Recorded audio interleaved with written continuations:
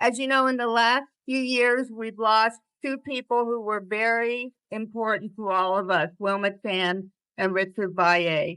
And District 5 has always been represented by courageous progressives. And we know that Nikki will carry forward that tradition. Nancy doesn't need much introduction. You know, she's been our hero on school meals for kids and police reform and environmental issues. And that's just a warm up. Women's rights. Right. And she's been a great role model for women in leadership. So without further ado, we're going to hand it off to Nancy. Thank you, Rachel. I wish we were like Mexico. Mexico right now, woman president, woman head of their Congress, woman head of their Supreme Court judge, woman head of their Senate. Oh. So we'll get there. And we're obviously here to support a very good elected official who also happens to be a woman. Our county is responsible for taking care of those with the least. It's all of our folks who are low income, who are disabled, our seniors. The county administers our Medi-Cal programs, our different entitlement programs, and of course, unfortunately, runs the largest mental health facility, which is the jail. And it should not be a mental health facility. And a lot of folks say, well, we can't touch it because it's the sheriff's purview. I'm sorry. The sheriff's budget is approved by the county. Thank you. That's right. So I bring those up because I don't support Nikki lightly. I support her because she's going to be willing to take those things on and not take no for an answer and not be told, hey, this isn't our purview. Bullshit. It is. Yeah. So I'm very, very appreciative that Nikki is running.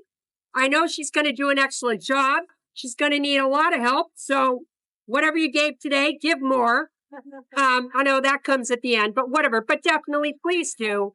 And then I'll hand it over to whoever's next. But I will say that I've been in public service for a long time. My real original mentor was John George. Yes. And John George was the first African-American to serve on the Board of Soup for the very seat that Nikki is running for. And I love him dearly. And you can be pleased to know that she will and can fill his footsteps. So now, does it go to Fiona? All right. Now, my former colleague in the assembly, now our state treasurer, Fiona Ma. Thank you, Nancy. Thank you for your leadership. And your husband, Lance, was like, hey, when are you going to sing some karaoke again? And I said, Nancy's a singer. I just am a karaoke singer at best.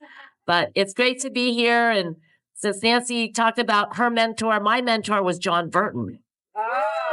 So John Burton taught me three things. Number one, remember who brought you to the dance, right? Loyalty. Number two, stand up for those who don't have a voice. And number three, stand up even if you're the only one standing up.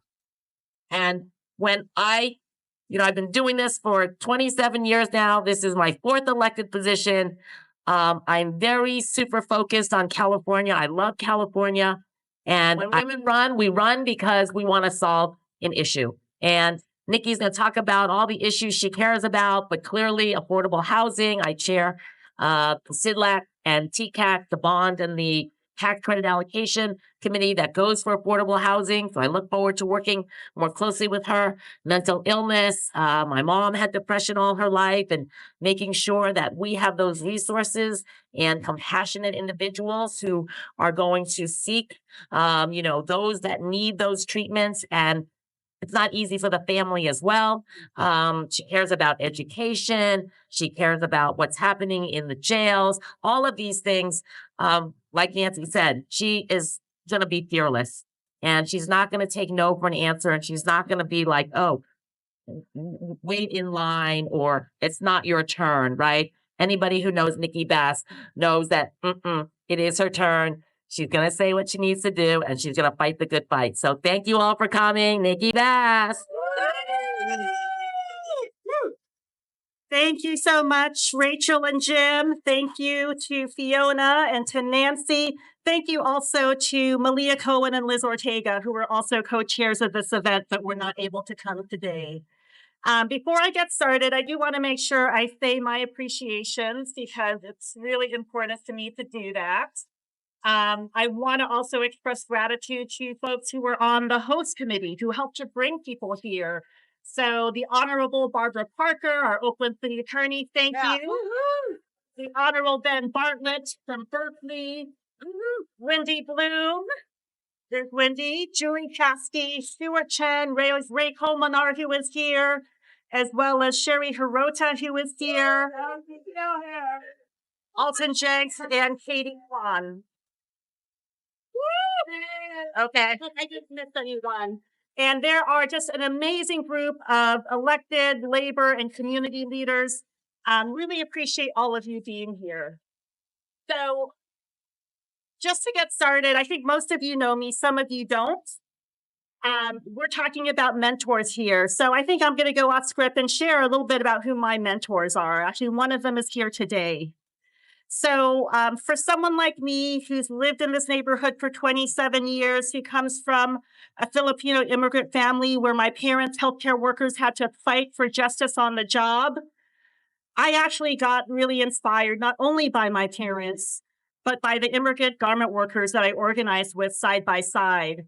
And I'm really fortunate to have a number of mentors, peer mentors who are still inspiring me today. One of them is here today, which is Katie Kwan, who was a garment worker, and also the first woman of color to be the head of the Garment Workers Union internationally. Along with Katie, also Laura Jo Fu, and then Julie Sue. I don't know if anyone knows who Julie Sue is. I hope people in this crowd know. So Katie, Laura Jo, Julie Sue, and others were really formative when I was in my 20s. We were fighting for the rights of garment workers. Some of them themselves had been garment workers themselves. And it was like night and day to see what sweatshop workers didn't have compared to union workers who had health care, who had a good job. And it was really Julie in particular who taught me how to be a good legislator. I remember in the 90s when we were sitting across the table from the powerful Retailers Association in Sacramento to pass a sweatshop reform law. And I saw Julie and other women of color negotiating with this white man with a very powerful trade association. And she didn't take no. She fought for the rights of the workers we were representing. And together we were able to pass the nation's second after New York's sweatshop reform bill in the 90s. And that was before wage theft even had a name. It was before we understood how much subcontracting and how much independent workers lost in terms of their wages. And it was really seeing other women of color have a seat at the table, fight for what is right, and win. That gave me the drive to do what I'm doing. So I'm running for the County Board of Supervisors to continue on the path I've been on as an Oakland Council member. I believe that housing is a human right. I believe that every single person deserves accessible health care, a quality education, a good job, and a safe community. And I'm not like every other politician or elected official you might meet because I spent 20 years, and many of you in this room have been on the streets with me.